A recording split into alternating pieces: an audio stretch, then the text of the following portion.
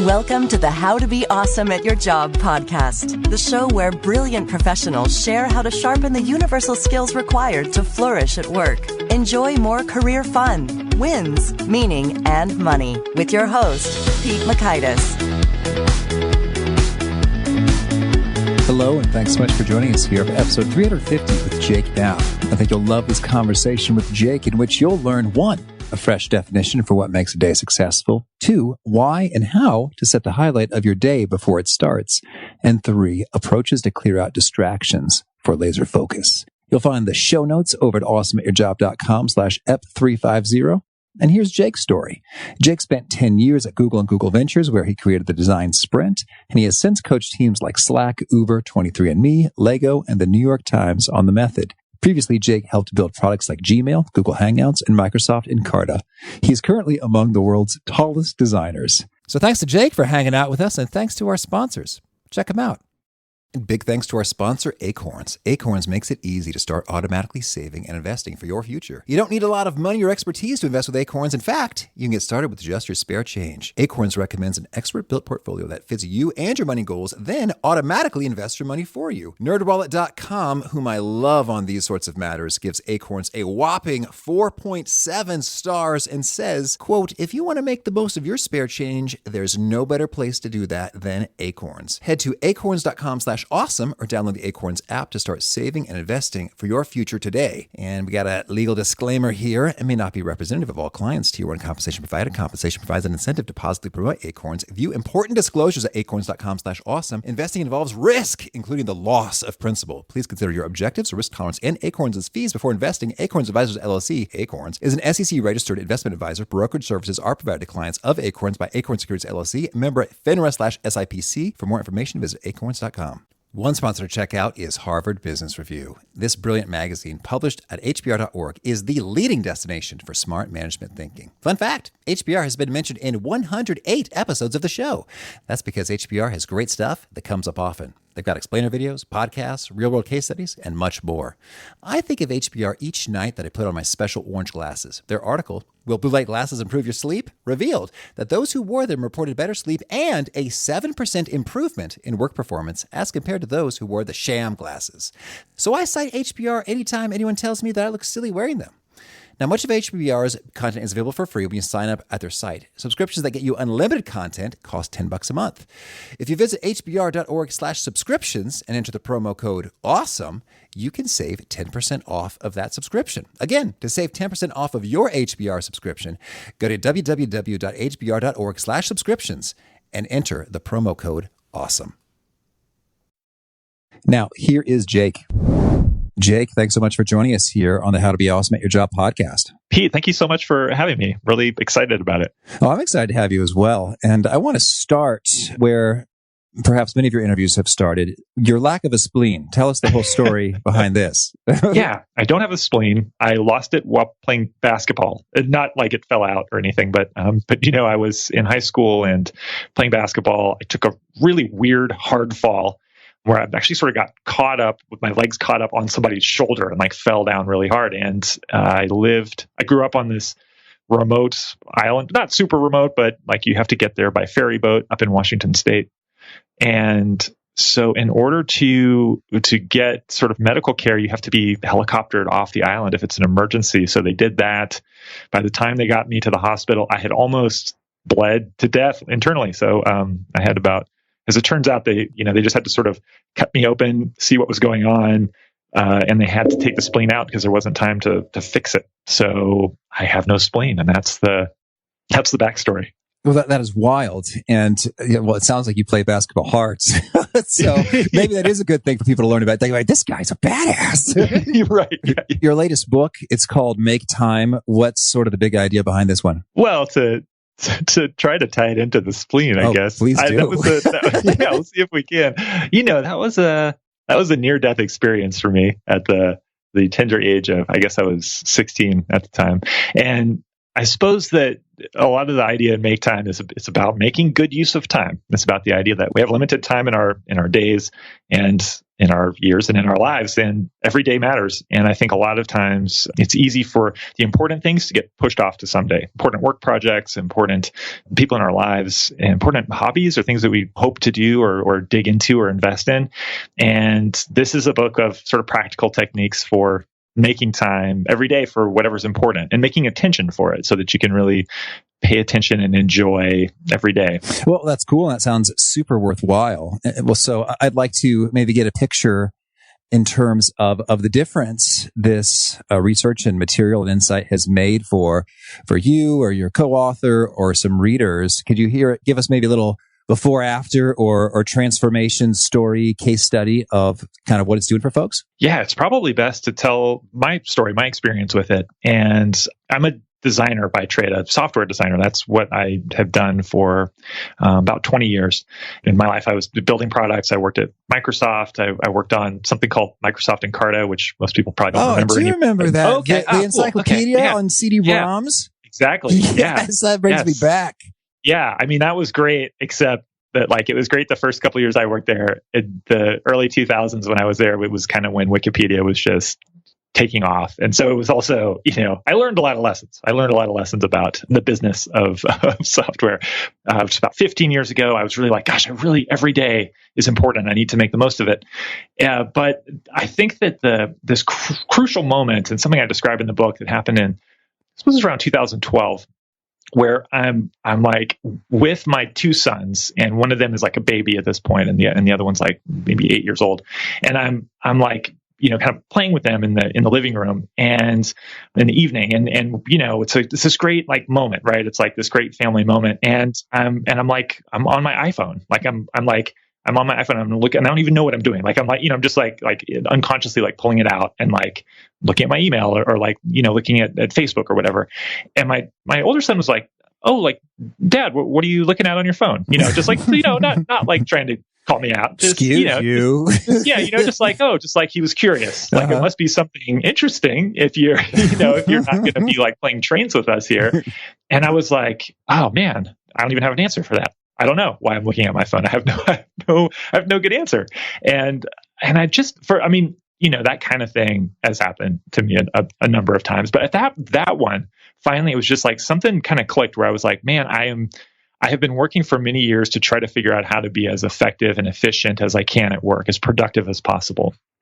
And yet here I am, like, rushing to like process as many emails as possible and go through as many meetings and get as much done as I can so that I can be home early and spend time with my kids. And yet, like, I'm not even like mentally present, I'm just kind of checked out. And at that moment I was like, you know what, screw this. I'm like, I deleted Facebook and Instagram and Twitter and YouTube, and there's a way to turn Safari off on your iPhone, and I figured out how to do that. I'm just like kind of like in it's kind of craze. And I even like deleted Gmail, and I was like I worked with the Gmail team at that time. I was like, I can't even handle this. I just took everything off of the phone. And the weird thing was that actually ended up feeling amazing. Like, I kept the phone. Like, the phone had still a lot of great stuff on it. You could make calls. You could give and receive text messages. Right. But, you got maps. You got like Uber, and like, there's got a great camera. Like, there are actually still, even a smartphone, if you take away all that stuff, there's still a lot of great things it can do. And so that is kind of like this moment where at that shift, all of a sudden I was like, wait a second. I have just been accepting whatever kind of came at me from new products that came out or the expectations at work. I've just been kind of saying like, yeah, I'll meet those, or like, I'll do those, or they're all good. And I started to realize that the default settings were not necessarily beneficial for me. And taking on everything was not necessarily good. And this is kind of an obvious realization, but for me, what happened from there till now was that I started to kind of question the way my days were spent, the way my time was spent. My co-author and colleague at the time, John Zaratsky, and I were working on this process at work where we were helping teams. In 1 week, we did this thing called a design sprint, where we would totally structure the whole week and have the team focusing on one project for the whole week. And we were optimizing how they spent their time. And we started to just do the same optimizations with our own time. And so for me, it went from like, I had this long time dream of writing a book, but I had never even written so much as kind of like a blog post. And all of a sudden, as I started to make these shifts, The kind of using the tactics from the book, I started to create time and space to write, basically by shutting down other things, saying no to other things, redesigning my calendar. And so it's kind of changed my life. I mean, since then I've written 3 books, and one of which is, kind of not published yet, but just coming out, and another one which is just finished. And so it feels more whole. It feels more like the way I want to spend my time.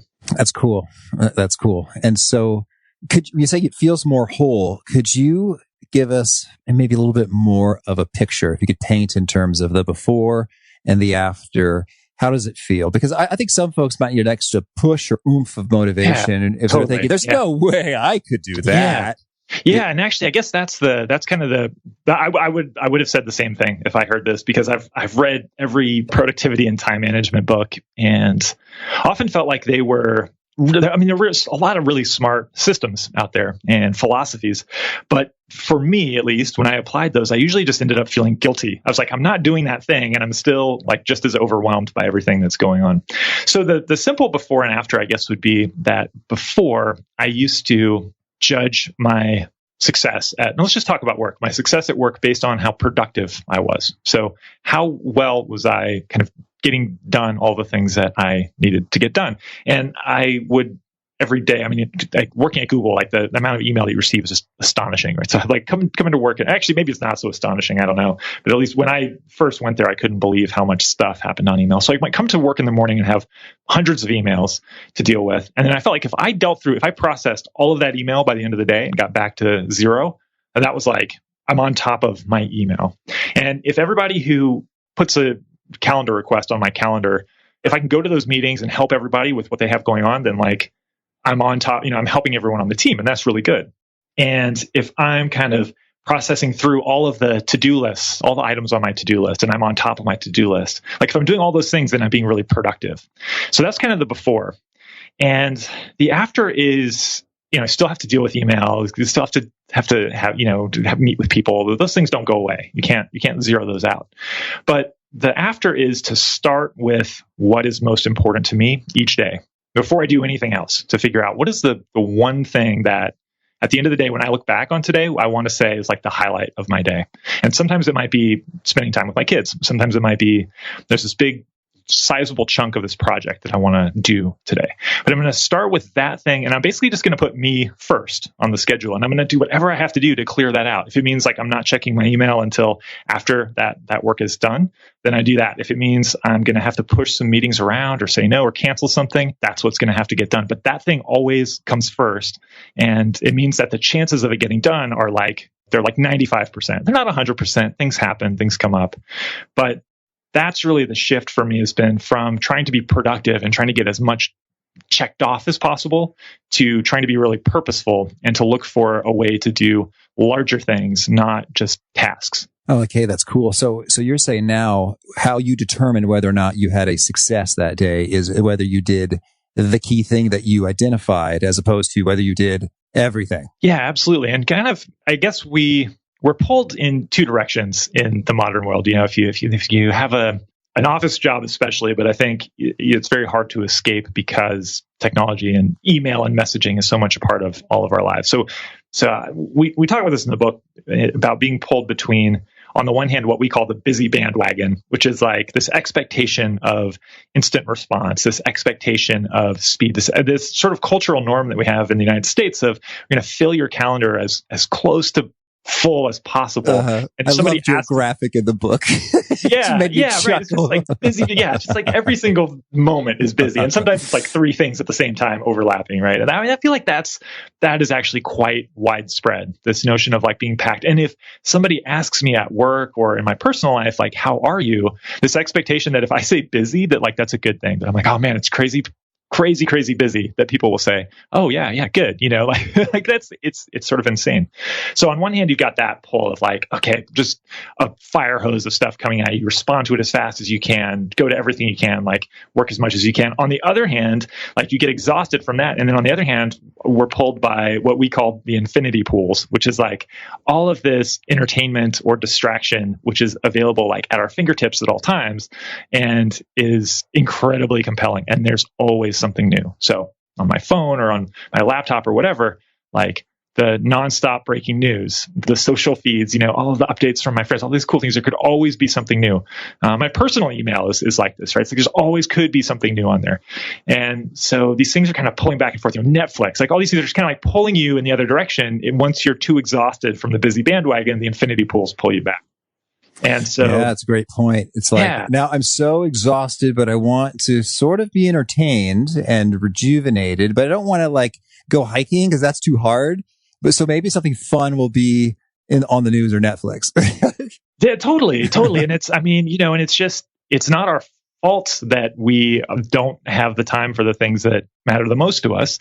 We're stuck in the middle between two really powerful forces. So that, the fundamental idea that we have is, and this thing that we observed, especially from getting the chance to work with a lot of different teams. So we worked with probably like 150 different companies. We would have the chance to say what they were doing all day at work, for a week, and to experiment with it. And it turns out like you change a few of those defaults, the default settings, the default work cultural settings, and you start to open up time and attention. Because things are so crazy right now, you actually don't have to make the largest changes to have a really significant impact. So yeah, that's a nice optimistic view. It's like it is so screwed up. It's so bad. If you do just a little bit, you're going to see huge gains. Yeah, well, it's true. It's true. But for example, one of the things that we talk about in the book is the importance of building energy, and this is just a simple observation. If you want to focus on something every day, if you want to have 60 to 90 minutes of time where you're really focusing on something, you're in the zone, you're going to need energy, physical energy, mental energy. You got to have like a full battery to do that. We're all sort of basically the same kind of creature we were 200,000 years ago. And we're in this modern world. Everything is totally different. It's not, we don't live in caves anymore. We don't live in the wild. We're in homes and we've got screens everywhere. And so things are really out of whack. But if you want more energy, one simple change you can do is to start dimming the lights and dimming your screens in the evening time, and to not look at screens after, say, 8 p.m. And you can start actually like turning down the lights in the house to make it more like what happens if you're not living in a house, which is the sun sets. And maybe there's a fire. This is kind of the environment we grew up in, or sorry, not grew up in, but evolved in. And which I guess is the same as growing up.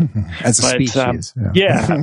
But otherwise, the default is there's blue light or bright white light shining on us until we're so exhausted, we're like lying in bed with our heads spinning, trying to fall asleep. You make that little shift and that makes like a huge difference. And those opportunities are like everywhere. Like those little things where stuff is so out of whack, you make a little shift, it can make a huge difference. Oh, I dig that a lot. I love the way your book is organized. So you just gave us one great tactic when it comes to the energizing, and because you've got sort of 4 steps, and then underneath them, I don't know what you might call clusters, and then underneath those 80 tactics. And so that it was really kind of fun. So you could sort of just jump into whatever catches your attention, or go deep into, oh yeah, I need to know everything about this. So could you maybe give us kind of the overview picture of what are the 4 steps, and then maybe your sort of like super top favorite tactic that you have in each of them? I know you've got 80 to choose from, but if you could start with 4, then maybe we'll go a little more. Yeah. So it all starts off with that idea of setting a highlight.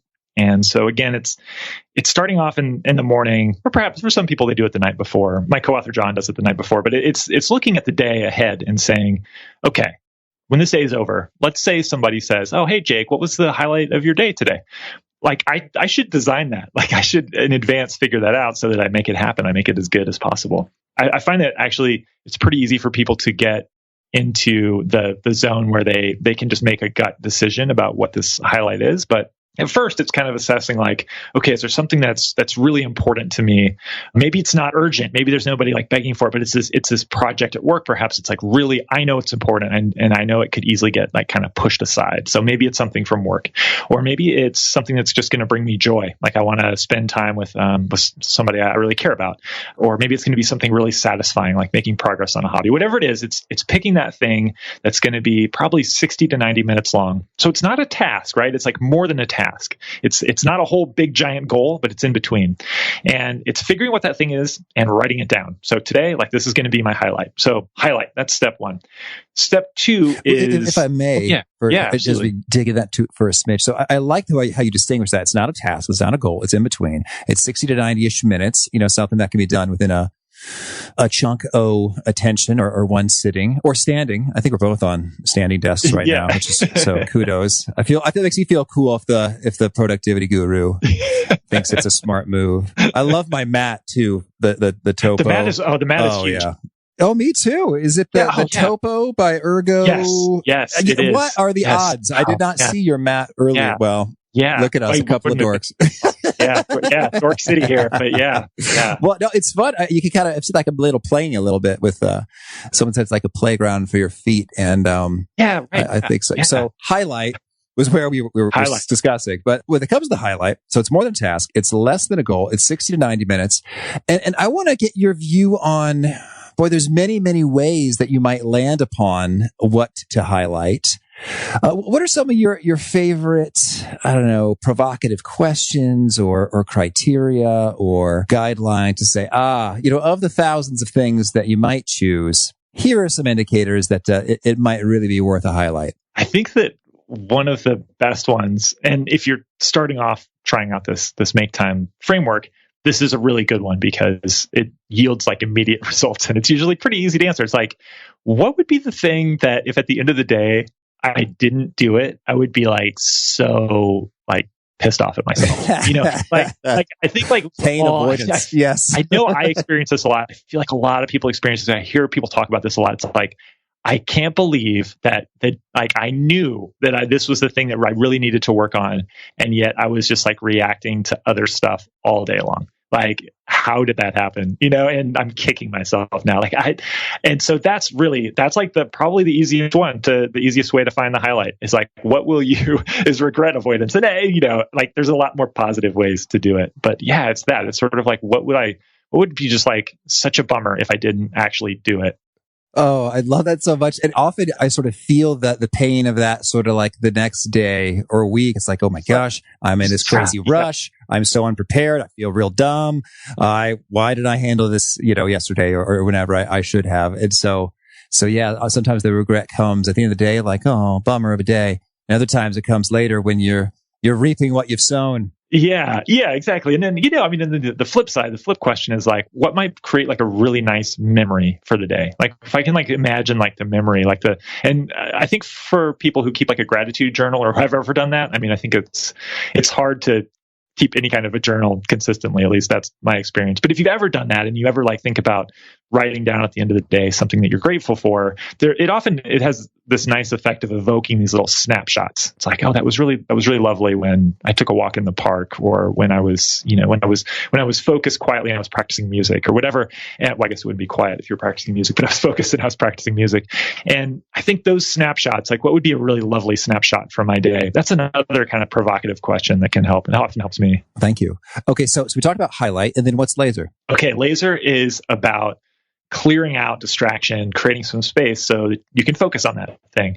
And I think that this is maybe where the way we think about accomplishing these highlights, accomplishing these things you really care about each day is different from a lot of systems or a lot of the way people talk about this problem with distraction today, right? Because I feel like it's very rarely nowadays we talk to someone and say like, oh, like, how do you feel about your iPhone, your Android, whatever, your smartphone? Very rarely will people say like, oh yeah, everything's great about it. Like people have mixed feelings about their phones. They feel like they're on their phone too much. I feel like there's a tremendous amount of guilt about phones, right? And like even Apple and Google are like, they're releasing software to help you, or at least to measure how much you're on your phone so you can presumably in the future feel even more guilty about it. But our sort of take on this is, yes, those things, those paths of least resistance will distract you, and they will keep you, they'll get in the way of doing that thing that really matters to you, that highlight. But when you know what the highlight is, like half of the battle is won when you actually have this thing that you're excited about doing. When you know that like you start to identify like, this is my priority, I'm putting me first. And like, if I can not be distracted for an hour and a half, like there's a great reward. So that's part of the thing that I think is different. The other thing is we'll say like, we have a lot of concrete tactics for shutting things off. So the whole deal with laser is you're going to shut off distraction. You're going to be completely offline. You're not going to be using anything that isn't mission critical to your highlight. And by shutting that stuff down, this is another place where things are so out of whack, you can like create time. This is a place where you can like actually make time. So if I'm not constantly bouncing around between my email and Slack and like a million other things, but I'm just doing one thing, it's like there's more hours in the day all of a sudden. If I'm not constantly checking my Facebook feed or responding to things, and that way, again, like I'm kind of creating time because I'm not sort of Swiss cheesing my attention. And it actually sort of like creates time out of nothing. Yeah, that's really cool. And so then, is there a particular kind of time that you just snag on the calendar? Like this is the window. And do you aim for a particular window or vary it? Or what's the best way to play that game? Yeah. So as I mentioned, I'll just tell you personally what I do. And I think everybody we talk about this idea of designing your day. Everybody has to design their day in what makes sense for them. And we have some different patterns, different things that we do. Like I said, for the last couple years or last year and a half, I've been self-employed. But before that, I worked for Google for 10 years. Before that, I was working at Microsoft for years and years. So I was very used to this idea of being at work all day. And sometimes, in many jobs, you don't really control your time when you're at work. And I had this goal of writing books. And so I figured out many years ago while working at Google that if I wanted to make time for that, what I needed to do was reclaim some time at the end of the day. So after my kids went to bed, after everybody went to bed, I realized there's this window of time because I'm kind of a night owl when I'm actually usually like I'm awake, but I'm not getting anything out of that time because I'm just like my battery is drained, and I'm just distractible. I'm watching TV or whatever. I'm just kind of winding down. Not that there's anything like horribly wrong with that, but I realized there's like a gold mine of time that I can sort of reclaim. So for me at that time, it was at the end of the day. That was highlight time. For my co-author, John, he created that time at the beginning of the day. For him, he was like, first thing, I'm going to do that before I do anything else. Often at work, the highlight time might be, it's always easier earlier in the day before there are other commitments that have come up, before emails have come in. I think as soon as you open up your inbox, then all of a sudden, you're in reaction mode. It's very hard to keep that sort of nice, clear focus that we often have when we wake up. So the morning time tends to be better, usually before other things happen. But a lot of times it's a matter of what we call bulldozing the calendar, actually like pushing some things out of the way to make it whenever you can. Our sort of hypothesis is that you can do this at some point in your day, every day. It might be before anything starts, might be after everything's over, but a lot of times you can clear it in the middle. Okay, cool. So we did the highlighting, we did the lasering. You mentioned energizing. Let's hear a little more about that. Yeah. So with energize, it's like, okay, you've got the target, which is your highlight, right? You know where you want to head today. You know what you want to happen. And the idea with laser is we've got a lot of tactics for shutting down distraction so that your mind can be clear and you can be ready to focus, kind of getting into the zone. Energize is all about having the physical and mental energy to do the thing, to really bring your best attention to your work. And I think there is so much out there in the world about ways to be more physically active, ways to eat better, ways to sleep better. And I think certainly the last few years, a lot of stuff feels like it's like so intense. It's like, like a lot of like really intense, like there's like these supplements you should be taking, or like, it's just like a lot, like it feels really stressful. It's like really, it's like in sort of the last few years as John and I were really like into this topic and researching it a lot, you read this stuff and I just feel so like bad about myself because I'm like, God, I'm not doing anything.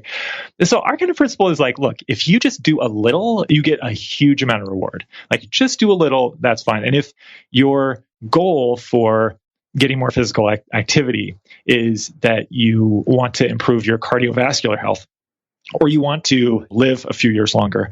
Those are wonderful things, but they're very abstract. They're very far away. If I want to get more physical activity because I want to look better, look like somebody in a magazine, I'm realistically I'm not going to get there. It's so I think that a lot of those things are really disheartening. Our whole point is if you will just build energy so that you get an immediate reward today of you had more focus, the thing that you really cared about, that you were really excited about, you got more out of it because you had more energy. You get an immediate reward for doing it. And in my experience, that transformed the way I looked at exercise, the way I looked at eating, the way I looked at sleep, and even the way I looked at talking with people, actually talking with people face to face instead of over texts or emails or whatever is actually a way to boost energy. We're social creatures, and we get an energy boost from talking to people. So a lot of those things, if you have this immediate reward and you realize that you don't have to do something heroic, you don't have to be training for a marathon or anything. If you just get a little motion, if you just change like a few small things about the way, maybe you have coffee, for example. Most people drink coffee. There's little tweaks you can make to that to boost your energy. And then when you have this immediate reward loop, it's a game changer. So what I'm hearing is the key to really getting this energy thing flowing is not so much doing a long-term program of supplementation that will, mold your biochemistry into something else over the course of 3 months, but rather finding the things that give you more energy that very day. Yeah. And I mean, I don't want to say that there's a lot of folks who are experts in the body and experts in what you can do with it and the kinds of things we all ought to be doing. I'm just not that person. All I can say is if you really care about your time and you really care about the quality of your day and the quality of your experience in the moment, energy matters. And the kinds of things you need to do to have high quality energy today are not crazy. You don't have to start some new boot camp with a trainer. You don't have to spend a lot of money. You don't have to do crazy things. There's small little things, this kind of tactics we talk about in the book that can make a big difference. For example, like I take the bus to work for years and years. If you find a way to get off the bus like a couple stops early and walk a little further, it actually like creates more energy throughout the day. That doesn't sound like I'm really like exercising a lot, but just that little bit of extra walking will give me more energy throughout the day, like a small thing like that. And so there's a lot of little tactics and ideas about just tweaking the knobs on things to get a boost. Yeah, I resonate with that walking piece because my Fitbit tells me my step count and it's tricky, working from home. Sometimes that step count is tiny. It's like, we don't even crack the fourth digits. It's like 920 steps. Oh, wow. That's really a bummer. And sure enough, I really do notice kind of the difference in terms of feeling just, zesty, alive, energized, and raring to go. If there are days of tiny amounts of movement versus even moderate amounts of movement. And it's funny because I think I used to have a little bit of this go big or go home hardcore. Feel like that's not a workout if there's not a weight bench involved. That's not a big enough dumbbell to mean anything. And it really doesn't seem to be the way our bodies work. Yeah, right. I mean, we evolved for constant motion, and it's part of being a hunter-gatherer. You're moving around a lot and looking for food, right? And that's we thrive. Our brains perform better when we're moving. But this idea of go big or go home, I mean, you're exactly right. That just totally mirrors my experience. We were talking about basketball earlier, and I mentioned this in the book. I was really into basketball, really, really into basketball. I mean, I'm 6'8". There's like really no avoiding kidding. It. You got to be, wow. Freakishly tall. Could not tell from the video. The video takes off a few inches. So I loved playing basketball, and as I started my career, I would, I'm playing in these gyms and leagues and things. And I love playing basketball. When I'm playing, it's hard for me to stop. So I'll play to like the point of exhaustion and then would come back to work. So I might be playing at lunch, come back to work, just wiped out. And every time with basketball, like almost inevitably going to get some kind of little injury, whether it's like somebody cuts you with their nails, which is gross, but totally happens. And, or, it's twisted ankle or like a elbow to the face, whatever it might be. And so I come and I'm just kind of a bit broken and like worn out and like, I can't do anything the rest of the day. So I'm actually like kind of sapping my energy and I can't I have to recover. And so it becomes this irregular workout and then all of a sudden I might like not do it for months because it takes the threshold to get in there and play basketball is like pretty high. And then I'm like overdoing it. Right. So this whole cycle was like really busted. But for me, I was always like, well, that is exercise. It doesn't count unless I'm doing it. There's like this whole ego thing for me. And at some point I realized after doing that I had like taken my son for a jog and he was a baby in the stroller, like the day before. I get back to work exhausted from basketball. And I'm like, God, I'm worked. I can't do anything. And then I somehow realized like the day before I did this little jog, which I didn't even count to me. It was just getting my son some fresh air. And I felt way better the whole day at work. I was like, that for me made the connection that I needed to do something small every day. And I started to just try, okay, I'm going to change my parameters.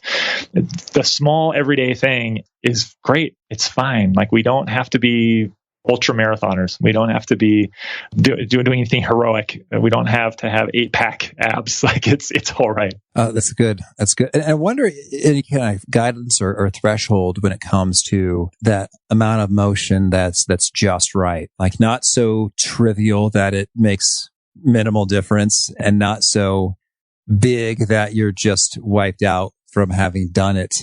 Any sense for what's just about right? Yeah, I'm not a doctor, but I play one on TV. Now, I'm not a doctor, but I've seen a lot of, looked at a lot of studies, read a lot of books about all kinds of studies about the health effects of exercise. And I think there's a book that is a really nice summarization of the effect of lots of things on the brain. It's a book called Brain Rules. And this was also the thing that finally, when I saw it happening for myself and I had read this book, I believed it. Those two things together made it happen for me. And he says, look, if you look across all the research, it's like 20 to 30 minutes gives you kind of the optimal. It's going to give you a mental boost. It's going to give you most of the benefit that you'll get. Even if you work out longer, you're going to get most of the benefit. So in my mind, it's like, if I can get 20 to 30 minutes a day, that's great. And I try to work it into the structure of my day. For example, a typical day for me now is take my younger son to school on the bus and run home. And that run happens to be about 25 minutes. And it's just perfect. Like that's built into my day now. And I'm never going to be running a marathon with that level of everyday exercise, but I have more energy and I feel sharper mentally every day with that amount of exercise. But the other part of it is to not be down on yourself if you can't get to 20 for some reason. You're feeling a little under the weather, or there's just not quite enough time. If I even can get 5 or 10 minutes in, if I could just take a walk, like anything helps. And a lot of times, not having this super harsh threshold for yourself will mean that I get out the door and maybe 10 minutes turns into 20 minutes. Maybe once I've broken the ice, it actually goes longer. But 20 to 30 is, I think, a really nice guideline if you can build it in. I dig it. And finally, at the reflect step, is it there? Yeah. So this idea of reflect comes from being steeped in building technology products for so long. And we talk so much about having hypotheses about what might happen when we build a product and then launching it and trying to measure what happens. And so this idea of measuring and running experiments is really built into the culture at Google. I think both in the way that we built products and in the way teams worked and the way individuals worked, this idea that we're going to run an experiment and we'll measure it. I mean, it's basic scientific method stuff. But the challenge, I think, with a lot of these systems people like me talk about for doing things, or a lot of the studies that we hear about, a lot of the science that we hear about, is that it might be credible when I read about a scientific study, but I'm not going to really, really, really believe it until I know it's true for me. So knowing what's true for me in my life is the most powerful thing, and having that experience of what happens in my life when I do this thing. So the idea with reflect is that I'm going to, at the end of every day, I'm just going to take note of what I did during the day and see what worked and what didn't, and kind of take note on that and just start to frame this idea of what I choose to focus on. So the highlight part, and this laser, this idea of distraction as a thing that I can experiment on, and this idea of building energy as a thing that I can experiment on. And once those things are framed as experiments, it also makes me be a lot gentler on myself. I'm not going to be as self-critical. I'm going to realize that if I faltered today, if I made a mistake, what can I try differently tomorrow that might make it work?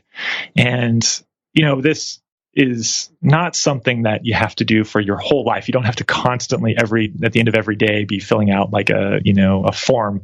But we think that if you start off doing this process in the first maybe week or two, you're answering a few questions and just taking a moment to reflect back on the day, that you can pretty quickly tailor a system that makes sense for you. That's so good. Well, one exercise that you did, Jake, which I found really intriguing, because I've done a little bit of this, is tracking your energy. And so first of all, there's how do you quantify that, and how do you record it, and how do you input it? I want to hear that side of things. And then I want to know, what are some of the insights that emerged for you? Was it worth doing? Yeah, it was worth doing. It was an extremely dorky activity. This is before the era of Fitbits. And nowadays you can measure your sleep with an app and tuck your phone under the pillow. And there's people have smartwatches, and there's so many things you can do. But this was, I suppose it was 2008, I want to say, maybe 2009. And I just thought, I don't feel like I have a handle on my energy. I don't feel like I know where it's going. And so what I did was I kind of hacked together this system of things using a Google spreadsheet and a form that would, I could answer a few questions on the form and it would put the answers into the spreadsheet, and a calendar notification that would come up at a time when I knew I would typically be at my desk at work and would prompt me to fill out what I called the Jake Pop quiz. Mm-hmm. And I would answer the questions, and then it would go into this spreadsheet. And then, over time I could go back and kind of look at that spreadsheet and see what was what. And I didn't have there wasn't really a way that I could think of to accurately quantify my energy. So I just said, okay, I'll accept that it's going to be unscientific. I'm just going to score it on a scale of, I think, a 1 to 10. And I'll make notes about the things that I did. And I started as I did this, at first, it was just kind of, what's my energy level? And then maybe like some open comments I would fill out for myself. And then over time, I started to realize, I thought that I had an idea about what some of the things were, the patterns that were giving me energy or taking energy away. And so I started to ask some specific questions about exercise and what I ate and how I slept. And I have to say that the conclusions, the sort of findings from this they were exceedingly impactful for me. But I'll tell you what they were, but I'll tell you that they're going to sound obvious and stupid, but they were very powerful. So one of them was, if I exercise in the morning, I have a lot of energy throughout the day. I have more energy throughout the day, as long as I don't overdo it. So a small amount of exercise in the morning, it makes me feel better all day long and more energized. So obvious, right? I mean, this is not groundbreaking New York Times front page news, but this was a big deal for me. Well, and when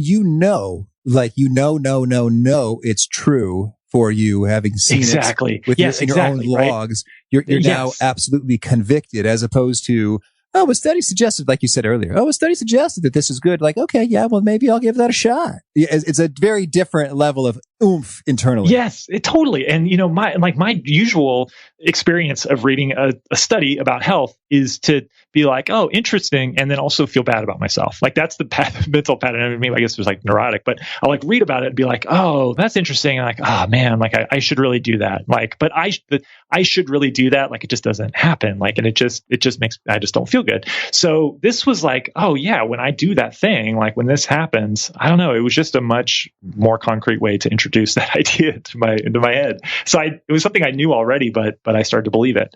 And that, another thing was, don't eat like a really sugary dessert after lunch. Like that kind of craters my energy. I have a sugar crash.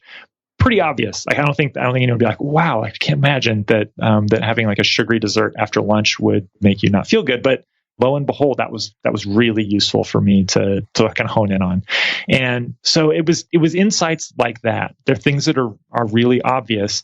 But what I started to, I guess, dawn on me is that it's like a little tiny shift. As I shift these things just like a little bit, and I see every day as an experiment rather than like a judgment on my character, it's a whole new ballgame. Like it's a whole new ballgame. And focusing in on my energy and on the things that I could do with my energy. Because when you have energy, like I'm happy and I can kind of work on the things I want to work on. And I can be more present with the people who I'm with. Like all these good things flow from that.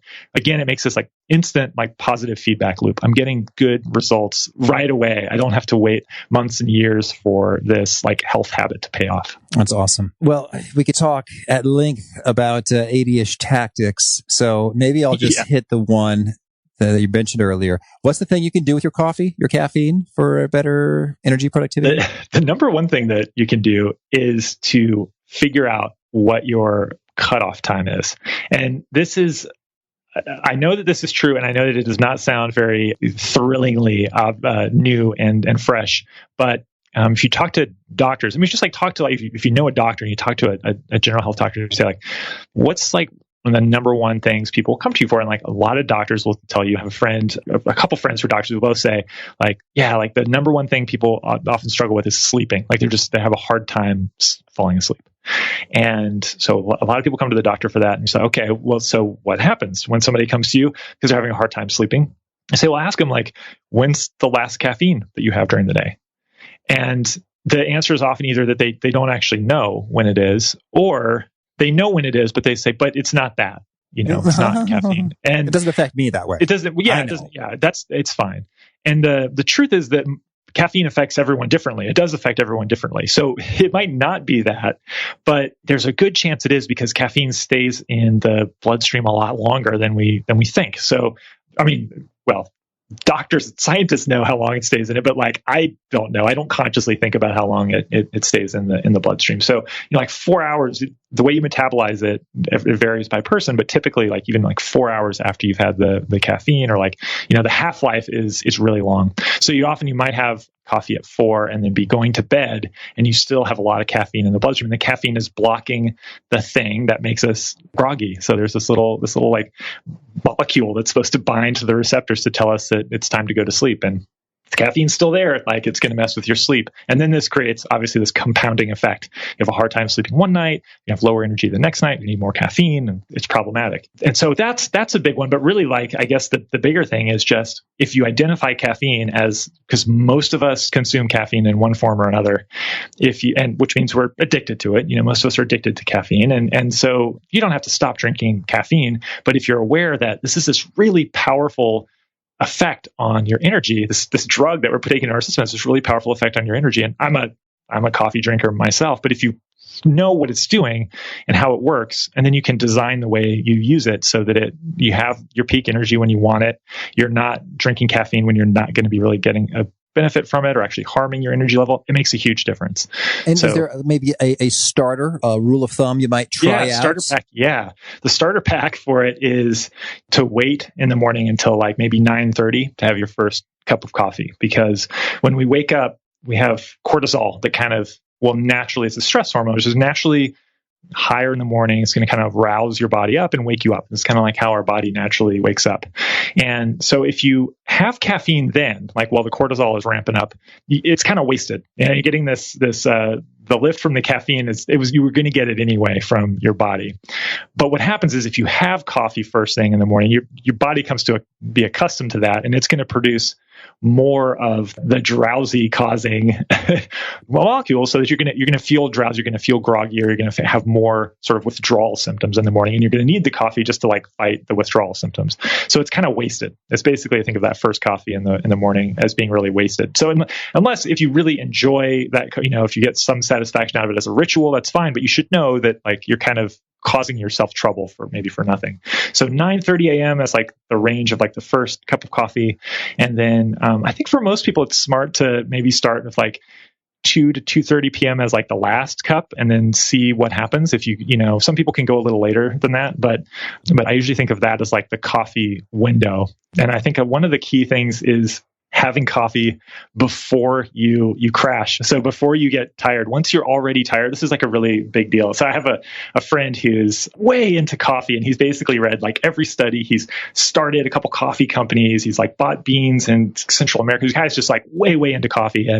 And he sort of informed me about all this stuff. And he's like, the biggest deal is like, you got to know that if you're already tired, it's like kind of too late for the coffee to do its thing. Like by the time you're already tired, all of those receptors have like already, the groggy thing has already bound to the receptor thing, and the coffee, the caffeine, which would normally get in there and kind of block it from binding, it doesn't have a place to go. So that's another kind of big key.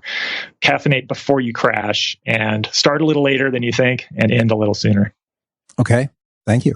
Well, tell me, Jake, anything else you want to make sure to mention before we shift gears and hear about some of your favorite things? Yeah, I think that the biggest thing, kind of in summary, to consider, if you were to consider taking a look at my book, I think the biggest idea is like a small shift can make a big difference. And our time is really important.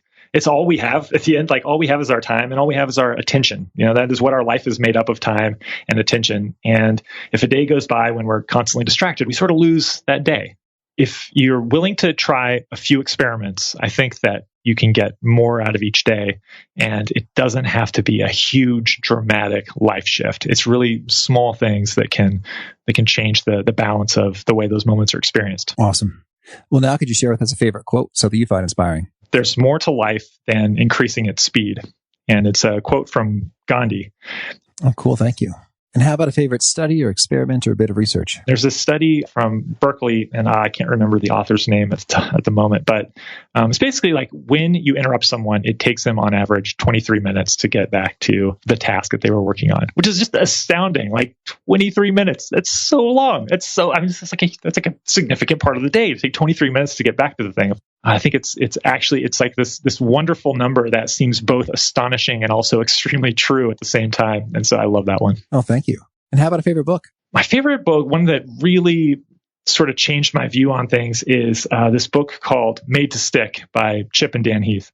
The one that I think I would really recommend is this newer book by the same authors, these brothers, Chip and Dan Heath, called The Power of Moments. And how about a favorite tool? One of my favorite tools is something called the time timer. So it's like an alarm, a timer basically with a big face, but it's got a dial. You can turn the clock dial and you see this big red disc come out that shows you how much time there is. And then once you let go, the red disc starts to disappear. And at the end, it beeps. It's very simple, actually, but it is brilliant because it makes time, the passage of time, visible in a way that no other thing I've seen can accomplish. And it's a physical object. It's not something on screen. And there's something about a physical object sitting on my desk, how powerful that is, or sitting on the conference table in a meeting room. It's just an incredibly powerful tool for making the passage of time visible. And it creates, I think, a wonderfully positive sense of urgency. Okay, whoa. So I pulled up a picture. So it's kind of like a pie chart. Pie chart is a great word. Yeah, pie chart that's an excellent descriptor. Yeah, so it's shrinking. It's just constantly shrinking. And how about a favorite habit? I think that probably the one that's been the most powerful for me is exercising in the morning before I do anything else. And is there a particular nugget you share that really seems to connect and resonate with readers in particular? I think that the idea of deleting everything, all the apps on your phone, but keeping the smartphone is something that has been a surprisingly sticky and powerful idea. I think that we're so used to the idea that we should get as much as we can, really get our money's worth out of new technology, that the idea that you would really selectively cut off a lot of the potential functionality of an amazing device like a smartphone, and that if you just have half of that, what it can do, or a third of what it can do, it's not only just as good, it's actually better to make it distraction free. So I highly recommend experimenting with deleting the thing that you think is the most distracting on your phone, and if possible, everything that has infinite content. Taking email off of your phone is unbelievably life-changing for me. And if folks want to learn more, get in touch, where would you point them? You can check out jakeknapp.com just if you want to find out more about me. But if you want to skip me and get straight to the book, it's on maketimebook.com. All right. And do you have a final challenge or call to action for folks seeking to be awesome at their jobs? Yeah, I would say if you can identify what the most important project to you at work is right now, and think about what's something that's going to take 60 to 90 minutes on that most important project. Not a task, because sometimes a task is so small that it's just not meaningful and it's easier to push aside. But dig a little bit deeper and find that larger chunk of time that's going to be 60 to 90 minutes, and then put it on the calendar and make an agreement with yourself that during that 60 to 90 minutes, you're going to turn off your Wi-Fi, you're going to put your phone on airplane mode, you're going to go totally offline and just do that thing for 60 to 90 minutes and see how it feels. And I predict that you're going to feel more awesome afterwards. Lovely. Well, feeling more awesome is what we do here. So thank you, Jake. This has been a lot of fun, and so is your book, Make Time. I wish you and the book all the luck and success. I hope that you are transforming lots and lots of people's experience of time and work and life goodness. Thanks so much, Pete, and really appreciate you having me on. I love what Jake had to say about the highlight in terms of thinking about that chunk of time. It's not so much a task, but it's a little bit bigger than that. And that's what's going to make the day a success. And I found that when I get tempted to start looking at my email, I think, no. First, I'm going to write down the highlight. And then I get a sense for, okay, well, is the email more urgently important than what I put down as the highlight? And almost never is it. And so I proceed as planned. That's how I roll with it. So I hope you dug that and more. Again, the show notes, the transcript, etc. It's at awesomeatyourjob.com/F350. And I hope to catch you next time. Peace. Thanks for joining us for today's episode. To get the most out of this conversation, visit awesomeatyourjob.com to find today's show notes, transcript, and infographic summary cheat sheet. For more entertaining professional skill sharpening, be sure to subscribe to catch the next episode of How to Be Awesome at Your Job.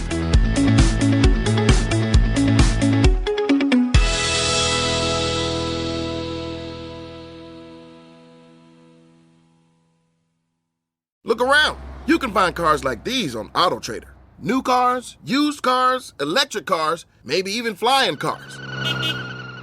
Okay, no flying cars, but as soon as they get invented, they'll be on AutoTrader. Just you wait. AutoTrader.